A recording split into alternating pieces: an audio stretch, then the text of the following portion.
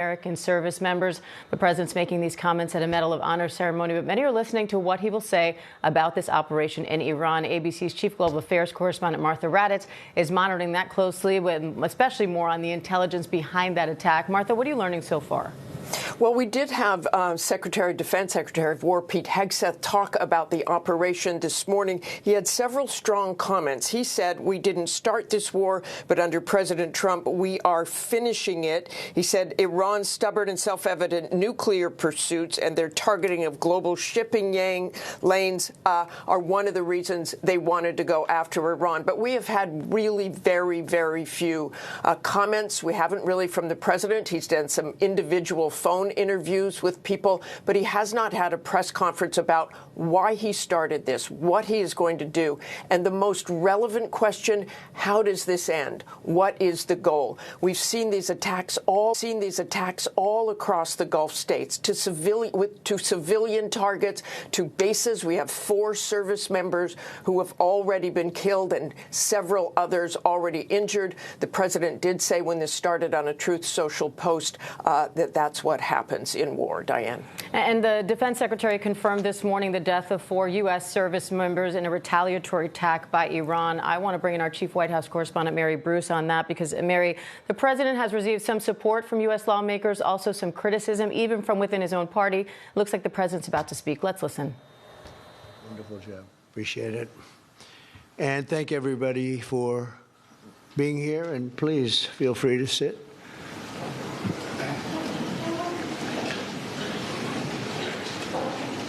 So before we begin this important ceremony, and there's no ceremony that can be much more important than this, let me provide a brief update on Operation Epic Fury. Today, the United States military continues to carry out large-scale combat operations in Iran to eliminate the grave threats posed to America by this terrible terrorist regime. Following our obliteration of Iran's nuclear program in Operation Midnight Hammer a short while ago, we warned Iran not to make any attempt to rebuild at a different location because they were unable to use the ones that we so powerfully blew up. But they ignored those warnings and refused to cease their pursuit of nuclear weapons. In addition, the regime's conventional ballistic missile program was growing rapidly and dramatically, and this posed a very clear, colossal threat to America and our forces stationed overseas. The regime already had missiles capable of hitting Europe and our bases, both local and overseas, and would soon have had missiles capable of reaching our beautiful America. The purpose of this fast-growing missile program was to shield their nuclear weapon development and make it extraordinarily difficult for anyone to stop them from making these highly forbidden by us nuclear weapons. We were the ones that were complaining. We were the ones that wanted it stopped. But everybody was behind us. They just didn't have the courage to say so. An Iranian regime armed with long-range missiles and nuclear weapons would be an intolerable threat to the Middle East, but also to the American people. Our country itself would be under threat, and it was very nearly under threat. I was very proud to have knocked out the Iran nuclear deal by President Barack Hussein Obama. That was a horrible, horrible, dangerous document. They would have had nuclear weapons 3 years ago, and they would have used them. But I'll not let that happen. For almost 47 years, this regime has been attacking the United States and killing Americans. Every time you see someone with missing arms and legs or a face that's been absolutely shattered violently, it was almost certainly caused by an Iran roadside bomb. They were put there by General Soleimani, who was the father of the roadside bomb. Very proudly, he thought, but I terminated him in my first term. This was our last best chance to strike what we're doing right now and eliminate the intolerable threats posed by this sick and sinister regime. And they are indeed sick and sinister. Our objectives are clear. First, we're destroying Iran's missile capabilities, and you see that happening on an hourly basis, and their capacity to produce brand new ones, and pretty good ones they make. Second, we're annihilating their Navy. We've knocked out already 10 ships. They're at the bottom of the sea. Third, we're ensuring that the world's #1 sponsor of terror can never obtain a nuclear weapon, never going to have a nuclear weapon. I said that from the beginning. They're never going to have a nuclear weapon. They were on the road to getting one legitimately through a deal that was signed foolishly by our country. And finally, we're ensuring that the Iranian regime cannot continue to arm, fund, and direct terrorist armies outside of their borders. And we thought we had a deal, but then they backed out, and they came back, and we thought we had a deal, and they backed out. I said, you can't deal with these people. You got to do it the right way.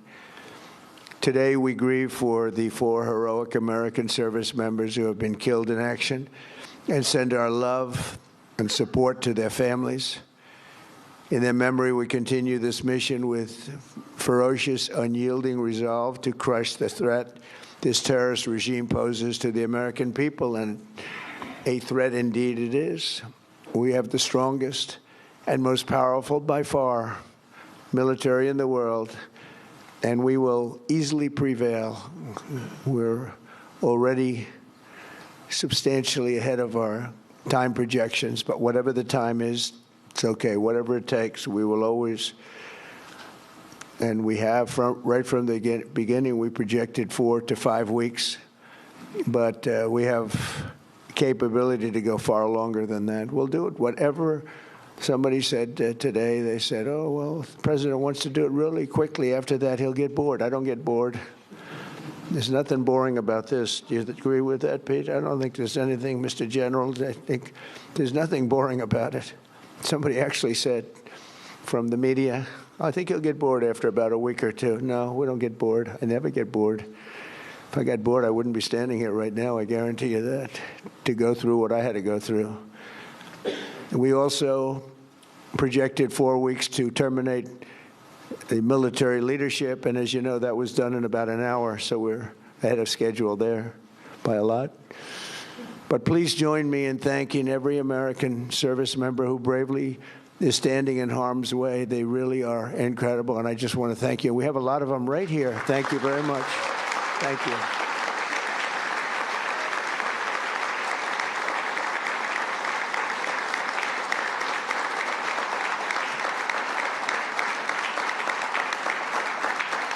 Thank you, everybody. We have a lot of great service members here with us, too, in this beautiful building. Isn't it beautiful? We're adding on to the building a little bit. We're improving the building. See that nice drape? When that comes down right now, you see a very, very deep hole. But in about a year and a half from now, you're going to see a very, very beautiful building. And there's your entrance to it right there. In fact, it looks so nice, I think I'll save money on the doors, because it can't get more beautiful than that. I picked those drapes in my first term. I always like gold, but I think we can save a lot of money. I just saved curtains. But and it'll be spectacular. It'll be the most beautiful ballroom. I believe it's because I built many a ballroom. I believe it's going to be the most beautiful ballroom anywhere in the world. And when you hear all that hammering out there, you know why the First Lady is not thrilled exactly. She said, will the pile drivers ever stop? You know, they go from 6 in the morning till 11:30 in the evening. Can you imagine? Here?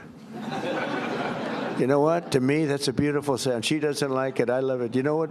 To me, other than here, because we're donating it, not a penny to the taxpayer. It'll be under budget, ahead of schedule. It'll be $400 million or less.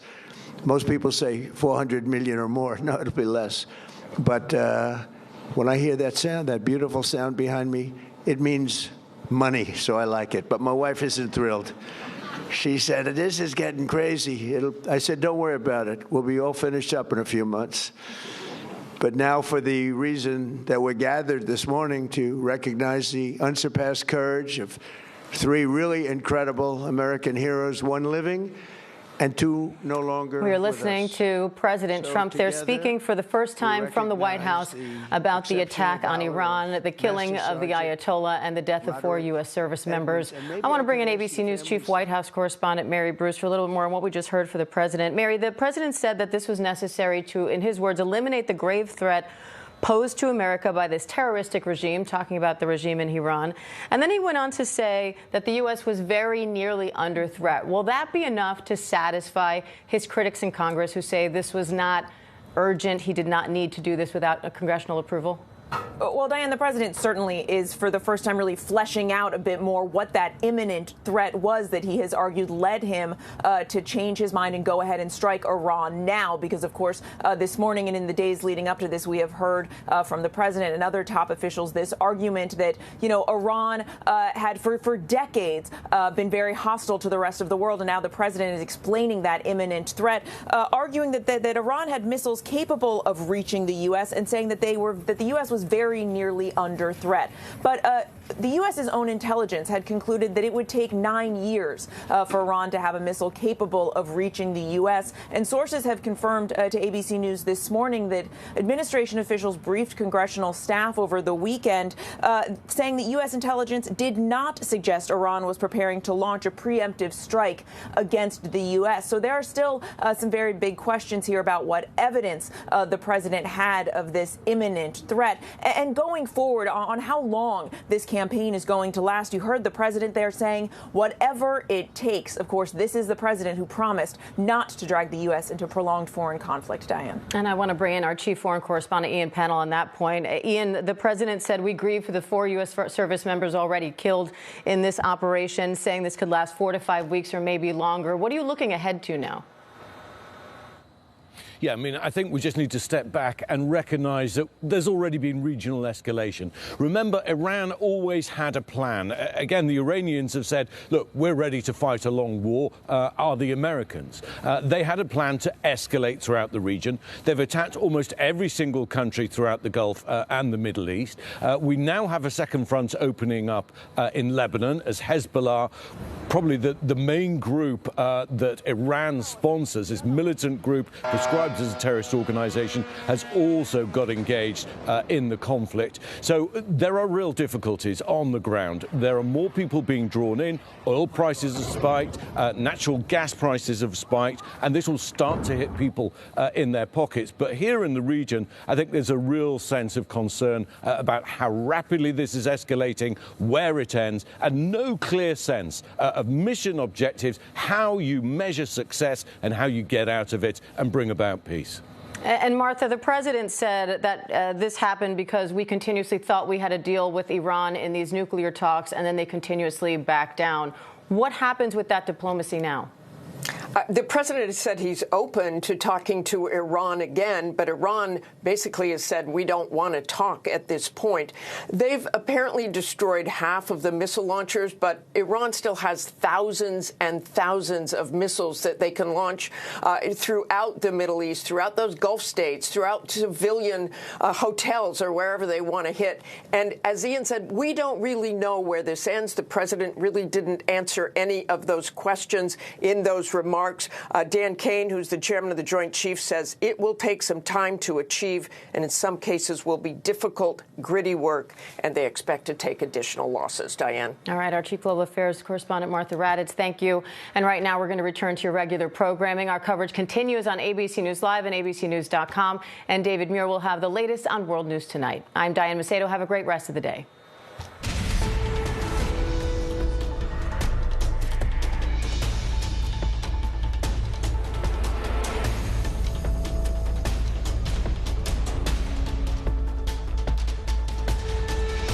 You're watching ABC News Live special coverage of President Trump having just addressed the U.S. strike on Iran. The president says the U.S. is continuing operations in Iran to eliminate threats to America.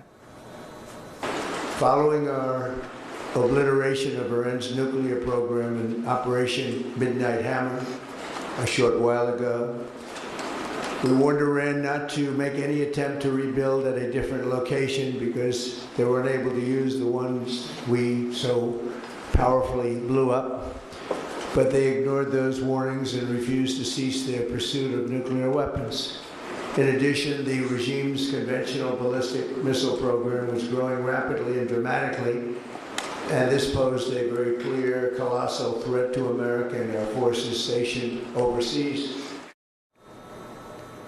The president also says he's grieving for the 4 U.S. service members killed in Iran's retaliatory strikes. The president estimated the conflict would last 4 to 5 weeks, but he says we have the ability to go far longer than that. Meanwhile, Iranian officials say they are prepared for a long war. I want to bring in our chief White House correspondent, Mary Bruce, with the latest. Mary, we heard the president there saying that Iran had essentially ignored warnings and after Operation Midnight Hammer had continued to try to pursue a nuclear weapon. We know Iran had repeatedly denied that before this attack. So what's the latest on where this goes from here? Yeah, well, there are a lot of big questions about where this goes from here. The president today fleshing out a bit more that imminent threat that he has argued was really the tipping point for why he decided to strike Iran now. He says not only were they rebuilding their nuclear program after he continues to insist he obliterated it back in June, but he said they were also developing missiles capable of reaching the U.S. And he said it very nearly, the U.S. was very nearly under threat. That, though, raises some questions because, of course, U.S. intelligence had concluded that Iran wouldn't have a missile capable of reaching the U.S. for another 9 years. But nonetheless, the administration is arguing that there was an imminent threat without providing the specific evidence of that, and that is why the president, part of the reason that he decided to strike now and to change his mind as these talks, he argues, were failing. The question about where this goes from here is still a big one.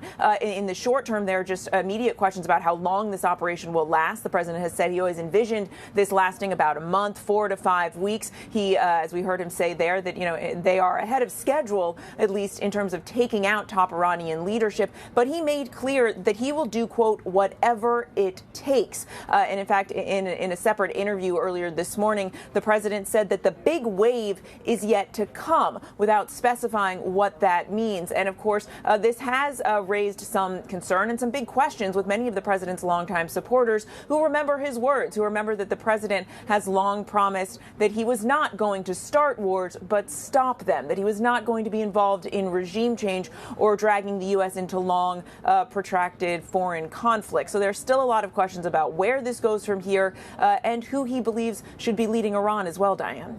And Ian, the general said that this is going to be more than just one operation. This is going to be a number of ongoing operations. We're also now seeing retaliatory attacks, including the one in Kuwait that killed 4 U.S. service members. What's the latest on that front? Yeah, I think the reality is that we knew what Iran's response would be. It made no secret about it. It was posted on official websites. A whole host of Iranian officials, not all of whom are still living, said very clearly what their response would be, that they would target U.S. assets, U.S. service personnel throughout the region. But it hasn't just been that. It's also targeting America's allies throughout the region. Almost every single country in the Gulf has now received retaliatory strikes, which have been ongoing today from Iran. We now have a second front opening up in Lebanon, as was feared. Iran, of course, sponsors a number of militant groups throughout the region, and the strongest of them all is Hezbollah in Lebanon. They fired rockets into Israel, and now you have Israel responding. You have an impact on oil prices, an impact on gas prices, a lot of concern in this region. And when it starts to get involved with the price of oil and the price of gas, then the impact is going to be felt far further afield. And I think there are real concerns here. That getting into this was one thing, but because the objectives were never clearly laid out, getting out of it is going to prove incredibly difficult. How on earth do you measure success if you haven't clearly laid out exactly what kind of metrics you're going to apply to measure success or failure? And the Iranians, for their part, are making it very clear they're ready for a long war. They can hunker down. Right now, this is an existential conflict for the Iranians. They have nothing to lose except throw everything they have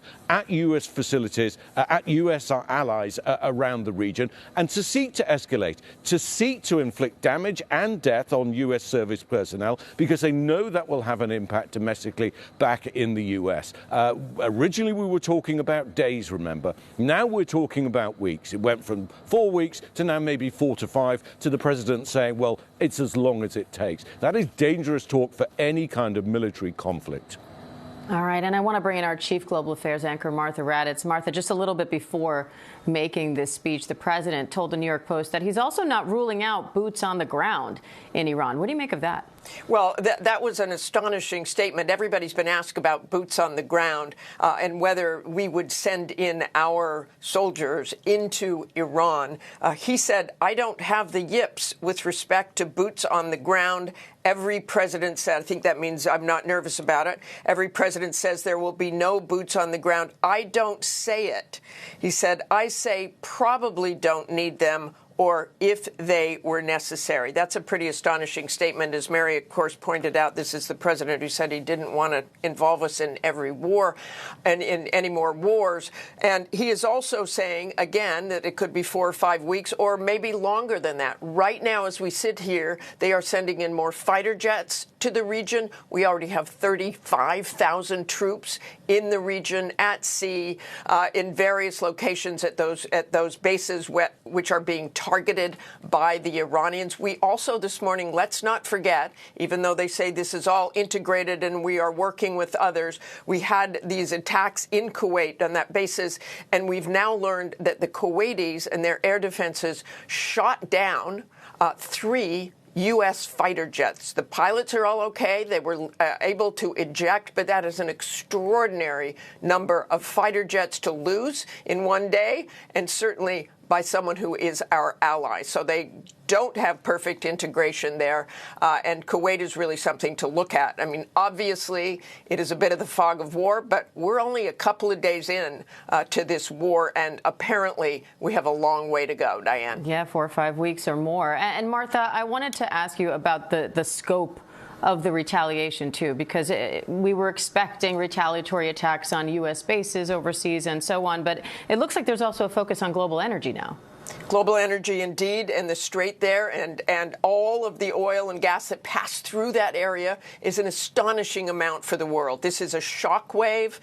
If energy is stopped from going through that area, it is a profound difference, and that is really going to eventually hurt people's pocketbook, as Ian pointed out. But the scope of these attacks, I think what is most startling, and probably shouldn't have been, is that they are attacking civilian targets, those hotels, watching Doha, Qatar, all these places that are major modern cities. Dubai, that airport is the biggest one in the world, and it has come to a halt because smoke filled that airport. And you've got the Kuwait airport. If you look at a flight map, nothing is going in and out. Occasionally, there's a couple going out from Abu Dhabi. But other than that, it has come to a halt in that region. So you look at the economy overall, you look at people who are stranded there, and you look at likely loss of life in these places, in these civilian areas.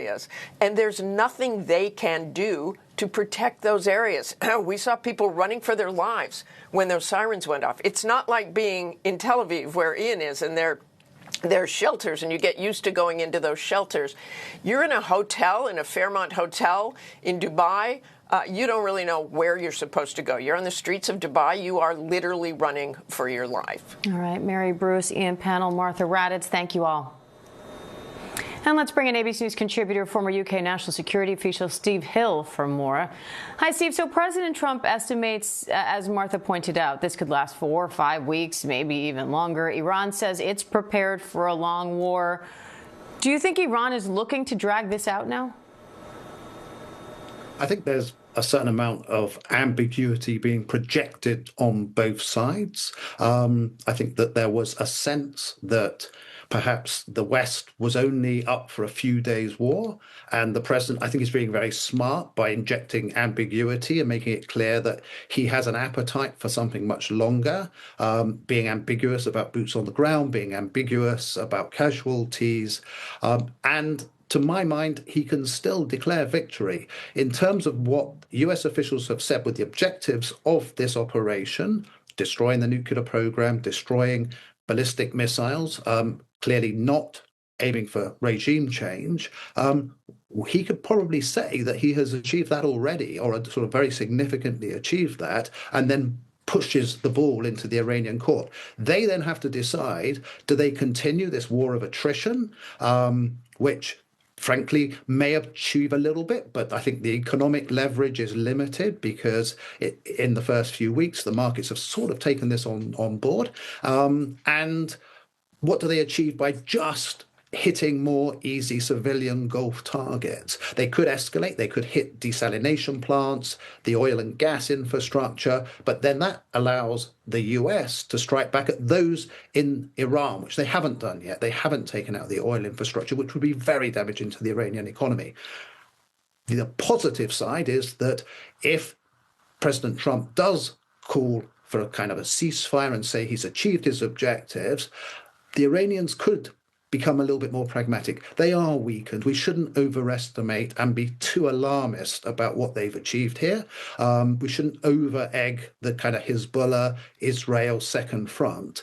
To my mind, they really have been limited in what they can now do. And there is a temptation, there is an opportunity for them to de-escalate if they want to take it. All right. And Steve, earlier President Trump told Fox News Iran's supreme leader was having breakfast with senior aides when the strike killed him. What does that level of detail tell you about the intelligence the U.S. and Israel have on Iran? It is clearly astonishing and remains astonishing. And the fact that the Iranians went ahead with a meeting like that suggests that, frankly, they underestimated that reach of the intelligence, whether that's human intelligence or signals intelligence. It's a reach which, to me, gives some reassurance, as there's been some discussion of, are we going to see cyber attacks, terrorist attacks into the US mainland and so on. It's completely right that we should all be on heightened alert, but we should also be reassured that this level of intelligence that enabled this opportunity to be taken has existed for a period, and one can only assume that since last summer, the 12-day war, the intelligence coverage has got better, not worse, in order to enable what's going on at the moment. All right, Steve Hill, thank you. An exiled Iranian Crown Prince Reza Pahlavi is now calling for democracy, praising President Trump for the death of the Ayatollah. The prince has lived in exile in the United States for nearly 50 years. Now he's calling for a free Iran forged by the Iranian people. Let's bring in Chief of Staff to the exiled prince, Cameron Consarinia, for more. Cameron, thanks for coming on. So the Crown Prince and President Trump are calling on the Iranian people to use Khamenei's death as an opportunity to take back their country. But many regime officials are still in power. So is it realistic to expect the Iranian people to overthrow the regime right now? Diane, thank you for having me. It's very good to be back with the program. Both the president and the Crown Prince were very clear in their messages to the Iranian people that the time will come to come back to the streets. But for now, it's time for people to stay home, to stay safe while ongoing military operations take their course. There are clearly more targets to come in the coming days and possibly weeks. And at the right time, the Crown Prince will call the people back into the streets. I think the world saw on January 8th and 9th of last year how the people of Iran reacted to his call when they came to the streets in their millions and were close to toppling this regime. Unfortunately, it cracked down brutally, and nearly 40,000 innocent Iranians lost their lives in the fight for freedom and the fight for liberation. The difference this time will be that there's support from the United States under the leadership of President Trump and from the Israelis under the leadership of Prime Minister Netanyahu. And so with the severe decimation of the regime's political leadership, but more importantly than that, the repression apparatus of the regime, when the prince calls the people back to the streets, they'll have a far more even playing field to finally topple the Islamic Republic once and for all. Have you been in touch with the Trump administration or Israeli officials about what new leadership in Iran will look like? It's been reported in the press, and the prince maintains ongoing and frequent dialogue with a variety of diplomatic partners out of respect for the administration and for all of the governments. I won't go into further details, but I think you've seen in the past several weeks reports about a dialogue, his participation at the Munich Security Conference, meeting with a variety of leaders of foreign countries, from the foreign minister level to the head of state level, et cetera. So when the people of Iran have shown so much bravery in fighting for their liberation, It is his role to be their voice on the international stage, and he continues to do that on a daily basis. So what are the Crown Prince's plans when it comes to potentially returning to Iran? Well, when it comes to the vision of what Iran will look like, the Crown Prince has been incredibly clear that Iran should return to normalcy. Iran, for the past 47 years, has not been a normal country. It has been a country taken hostage by a theocratic dictatorship, by a murderous regime, the first victim of which was the Iranian people, hundreds of thousands of whom have lost their lives in one way or another to this brutal dictatorship. It has taken the Middle East hostage. It has sown chaos and terror with Iran's Arab neighbors. It sought to wipe Israel off the map. It has blown up American soldiers in roadside bombs. It has taken Americans hostage. It's taken citizens from so many countries hostage. So first and foremost, Iran will once again be a normal country. It will re-enter the community of nations and be a source, instead of terror and instability, but peace, prosperity, and stability in the Middle East. Work with its neighbors to ensure that the Middle East can be stable, relieve the pressure from the United States. Sorry, I don't mean to interrupt you, just I have limited time with you. So does the Crown Prince plan to return? Of course, he'll return to Iran. He's making active plans to be in Iran as soon as possible. He said today in an interview that whether that's after the collapse of the regime or even before its final collapse, to lead the fight of the Iranian people to reclaim their country. Nicolas Maduro's vice president, Delcy Rodriguez, is currently leading Venezuela, despite the international community recognizing Machado as the rightfully elected leader. Why do you think this situation will be different?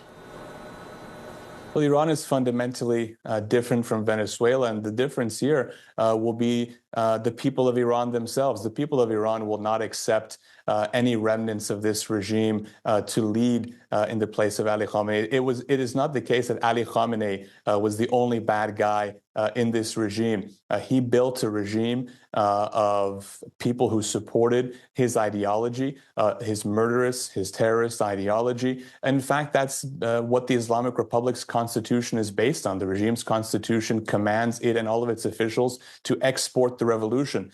So anyone who will attempt to replace the supreme leader or any modifications that are made of this regime won't be acceptable to the Iranian people. Just as they protest against Ali Khamenei, they'll protest against anyone who attempts to take his place or simply reform this irreformable regime. So the difference in the end is the people of Iran, the role that they play, and their sovereign right to choose their own future leaders. All right, Cameron Concerino, we appreciate your time today. Thank you. Thank you, Diane.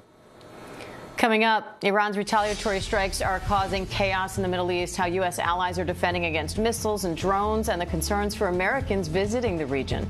Stay with us. This is what you need to know. We'll take you straight to where news is happening And give you what you need to know all in under 10 minutes. every day only on Disney+. We'll take you to Paris, Egypt, India, Doha, Ukraine. Tokyo, Scotland, inside the White House in Capitol Hill, on the red carpet at the Oscars. Wherever news is breaking, Anywhere in the world, we'll take you right there. the top stories, the latest headlines, the viral moments, what everyone's talking about. What you need to know, all in under 10 minutes. New episodes streaming every day. Only on Disney+. Hi, I'm Conan O'Brien. I'll be hosting the 98th Annual Academy Awards Sunday, March 15th. Join me for a night of pure Hollywood magic. Cut and freeze and hold the pose, Conan, and set the award. Okay, clear the mark, and action. Whoa! See you there. Cut, we got it. So you're gonna cut out the middle part so that it looks like a magic trick? Yeah, we'll cut it out. Because I'll really look stupid if you don't cut it. It's gonna look great. It's gonna. Okay, I trust you. Welcome back to ABC News Live. First, President Trump says he ordered the attack on Iran because it posed a, quote, intolerable threat to the United States. Following our obliteration of Iran's nuclear program in Operation Midnight Hammer a short while ago, we warned Iran not to make any attempt to rebuild at a different location because they were unable to use the ones that we so powerfully blew up. But they ignored those warnings and refused to cease their pursuit of nuclear weapons. In addition, the regime's conventional ballistic missile program was growing rapidly and dramatically, And this posed a very clear, colossal threat to America and our forces stationed overseas. The president also says the U.S. is grieving 4 U.S. service members killed in retaliatory strikes on an American base in Kuwait. And now Iranian officials say they are prepared for a long war with the U.S. and Israel. Let's bring in Matt Rivers in Amman, Jordan, for more. Matt, Jordan's air defense has intercepted several missiles already. What are you seeing there right now? What kind of a reaction are you hearing? Yeah, I mean, what we're seeing here in Jordan over the past couple of days is really being mirrored across this region. And these air interceptor missiles are constantly being fired to intercept the Iranian missiles that are sometimes targeting, bases where U.S. military members are, or they're going in a westerly direction toward Israel. They're behind me. But we're seeing that play out time and again. And, you're hearing the president, talk about he expects this conflict to go longer and longer. We heard it from Ian, earlier in the broadcast where he said, talking about days, then it's weeks, now it's, well, we'll do this as long as it takes. And I think with the Iranian side of that equation, they are also talking about a protracted struggle. And so as long as we're talking about this conflict in terms of weeks or, maybe we get to months at some point, then you're talking about this kind of scene that we're seeing play out in Jordan and other countries, Kuwait, Bahrain, the UAE. It's going to continue more than likely. And I want to bring in our senior national policy reporter, Ann Flaherty, for more on that. And the president says that Iran was ignoring warnings and continuing to pursue nuclear weapons, also long-range missiles, and that the nuclear talks were a strategy, really a stalling tactic. So where do these talks go now? So, Diane, that is the big question, which is why did he strike now? And of course, what we were hearing from officials today is that they did not believe that they were negotiating in good faith. So it's hard to imagine that the talks would go anywhere. Certainly, Iran has said that they are no longer negotiating, and the U.S. says that they don't believe Iran when they were negotiating. So I think it's safe to say that those talks are at a complete standstill.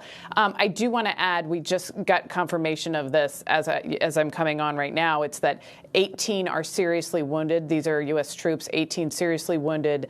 And then we, of course, have been told that those 4 U.S. service members have died in that retaliatory attack that Iran launched against U.S. troops. A missile landed in, or some type of munition, rather, landed in Kuwait.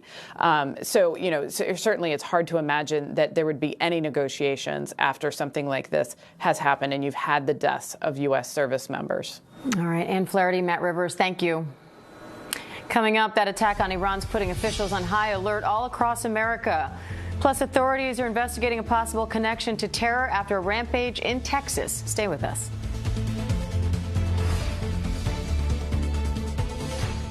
America's #1 news, ABC News, now streaming 24/7 on Disney+. Nightline, the stories that shape your world, that shape your life. Dramatic, stunning, empowering, jaw-dropping. The most powerful stories of our time. Nightline, late night on ABC and streaming on Hulu. When this view is over, there's a whole other view just getting started. Hello. Hello. From backstage secrets. No, that's not what I said. That's what you said. Oh, my God. To the views you didn't get to hear. I was blown away. We're playing with fire here. Why are so many people listening to the Views Behind the Table podcast? I can't imagine you can keep all that. Because nothing's off limits behind the table. Subscribe and listen now wherever you get your podcasts. David Muir, the most trusted anchor in America, the most watched anchor in America. Thank you for making World News Tonight with David Muir the #1 newscast in America. Welcome back to ABC News Live. First, the FBI is investigating a deadly Texas mass shooting as a possible terrorist act. Authorities say a gunman wearing clothes with an Iranian flag and design and the words "property of Allah" killed 2 people and wounded 14. Police then shot and killed him. And now they say they found possible indicators of terrorism. ABC News Chief Investigative Correspondent Aaron Katersky is here for more. Aaron, what's the latest on this investigation? The FBI is trying to figure out if this shirt and some of the items found in the suspect's car and home, if those indicate he was a true believer and did something because of what the United States and Israel did against Iran, whether there were mental health issues at play, and he may have come to see the events in Iran as a triggering point.